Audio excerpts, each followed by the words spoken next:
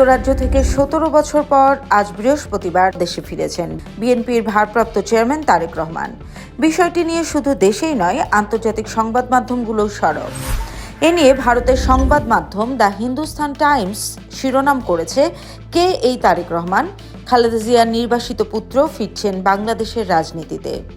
প্রতিবেদনে বলা হয়, ৬০ বছর বয়সী তারেক রহমান বিএনপির প্রতিষ্ঠাতা ও সাবেক রাষ্ট্রপতি জিয়াউর রহমানের সন্তান। তিনি বেগম খালেদা জিয়ার রাজনৈতিক উত্তরসূরি। ২০০৮ সাল থেকে তারেক রহমান লন্ডনে বসবাস করছেন। দেশে তার বিরুদ্ধে অর্থ পাচার সহ একাধিক মামলার দণ্ডাদেশ ছিল।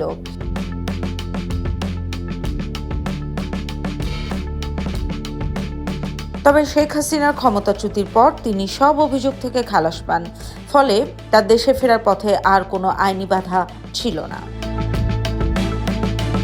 প্রতিবেদনে বলা হয়, তারেক রহমানের সাম্প্রতিক সবচেয়ে আলোচিত হস্তক্ষেপগুলোর একটি ছিল পররাষ্ট্রনীতি নিয়ে। মে মাসে তিনি অন্তর্বর্তী সরকারের দীর্ঘমেয়াদী কূটনৈতিক সিদ্ধান্ত নেওয়ার বৈধতা নিয়ে প্রশ্ন তোলেন এবং বাংলাদেশ ফার্স্ট নীতির কথা স্পষ্টভাবে তুলে ধরেন। ব্রিটিশ বার্তা সংস্থা রয়টার্সের শিরোনাম, বাংলাদেশে তারেক রহমানকে সম্ভাব্য পরবর্তী প্রধানমন্ত্রী হিসেবে দেখা হচ্ছে।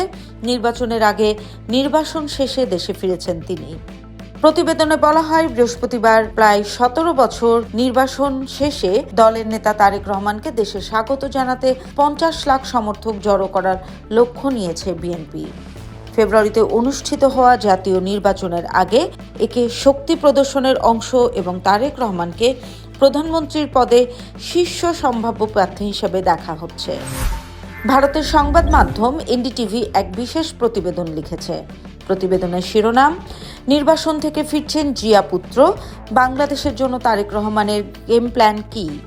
প্রতিবেদনে তারেক রহমান কিভাবে দেশ পরিচালনা করতে যান তার রূপরেখা তুলে ধরা হয়েছে। ২০২৪ সালের ৫ আগস্টের পর থেকে একাধিক ভাষণ ও প্রকাশ্য বক্তব্যে তারেক রহমান নিজেই এসব রূপরেখা তুলে ধরেছেন। প্রতিবেদনে বলা হয়, আসন্ন নির্বাচনে বিএনপিকে ব্যাপকভাবে এগিয়ে থাকা দল হিসেবে দেখা হচ্ছে। দলটি জয়ী হলে তারেক রহমান দেশের সর্বোচ্চ রাজনৈতিক পদে অধিষ্ঠিত হওয়ার সম্ভাবনা দেখেন। এক্ষেত্রে রাজনৈতিক, অর্থনৈতিক ও প্রাতিষ্ঠানিক চাপের কঠিন সময়ে বাংলাদেশকে নেতৃত্ব দেওয়ার বড় চ্যালেঞ্জের মুখে পড়বেন তিনি। বিবিসির প্রতিবেদনে বলা হয়, তারেক রহমানের দেশে ফেরা নিয়ে ব্যাপক প্রস্তুতি বিএনপিতে।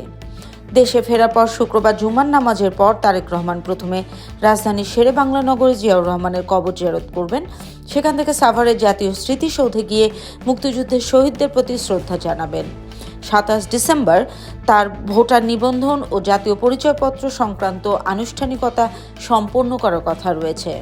এছাড়া শহীদ ওসমান বিন হাদির কবর জিয়ারত করতে ঢাকা বিশ্ববিদ্যালয় ক্যাম্পাসে যাবেন বিএনপির ভারপ্রাপ্ত চেয়ারম্যান।